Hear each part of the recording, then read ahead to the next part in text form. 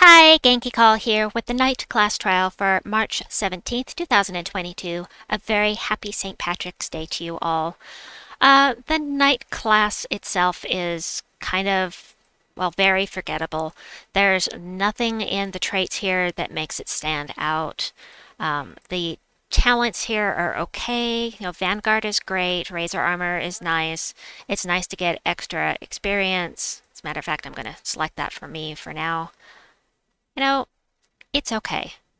But, banishment is really nice, but in general, it's a forgettable class. However, the team codes are using Knight class simply because I need to level it. And if you want to, you can change it. If you want to work on a class weapon or if you have something else you're leveling, go ahead and change it. You'll get 2 class experience for each battle you do.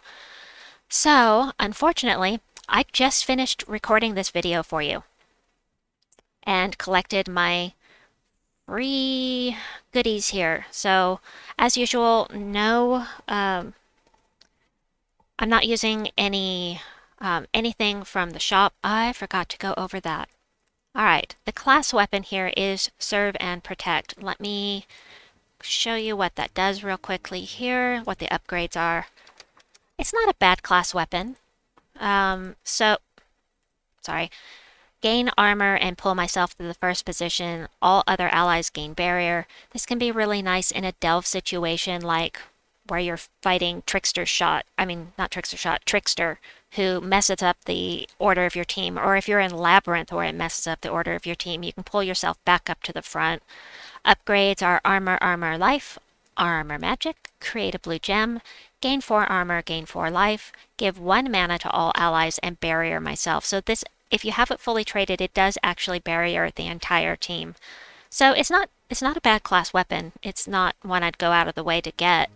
Originally, there are much more useful class weapons, but that is what we've got. So for starting out, we've got 2 teams.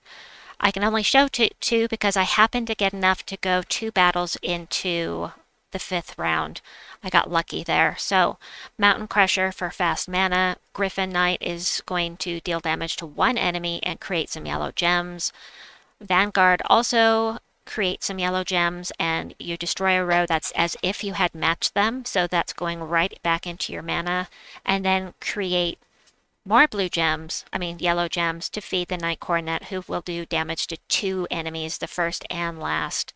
So you could use the Mountain Crusher. This is the Mountain Crusher. You could use Black Manacles, like switch them like this, because the Knight Coronet has 50% skull damage reduction if you have him traded. But be sure to change the banner if you decide to use Black Manacles. Also, you could replace Griffin Knight or Vanguard with a second Knight Coronet. So let me show you this team, then I'll show you the one with Legendaries. And I'll get this uploaded for you. This is very late in the day. Alright, brown first, definitely. Take the skulls. Well, that didn't help me at all. Let me see. Why can't I? There we go. I couldn't even see any of the matches for some reason. There we go. Blue. Take some more skulls. Create some yellow. Oh, no. No need to create yellow when I've already got mana for the Knight Coronet. The whole point of having these 2 is to support the Knight Coronet. So we have 3. Nope. Yeah, we still have 3 mana here. I'll go ahead and do this. 3 blue to boost that. So that worked well. And this should finish him off. Cool. So that is team number 1. For team number 2, I am using Sir Quentin Hadley. If you have him, he's a good one to have on here to make things go more quickly because he does give all knights a 50% mana start, and that is the entire team if you're using Knight class. Knight Coronet, Sir Quentin Hadley does damage to 2 enemies and turns green gems to skulls and purple to yellow. And then Queen Ysabelle is going to deal damage to the first enemy equal to an ally's attack, then give them extra attack and armor. So it's best to always cast on the first slot because the armor and the attack are, the armor is good, but the attack is useless if it's at the back of your team. You've got to be at the front of the team to have give skull damage. So And then the Fist of Heaven is here to explode things. Um, I also like Staff of Storms in this spot. Um, but I especially like the Fist of Heaven because it has the highest likelihood of summoning a mythic in my experience. This thing summons mythics so often. Of course, I don't ever plan on losing any troops, but if I do, I've got something here to summon a replacement. You could use Arboreal Crystal, you could use whatever you want here, but I do recommend an exploding weapon just to be sure that you get plenty of mana for your team and make things go more quickly because, it's kind of slow otherwise if you don't have a mana generator. So we'll go ahead and use the Fist of Heaven right off the bat here. Knight Coronet, 2 enemies.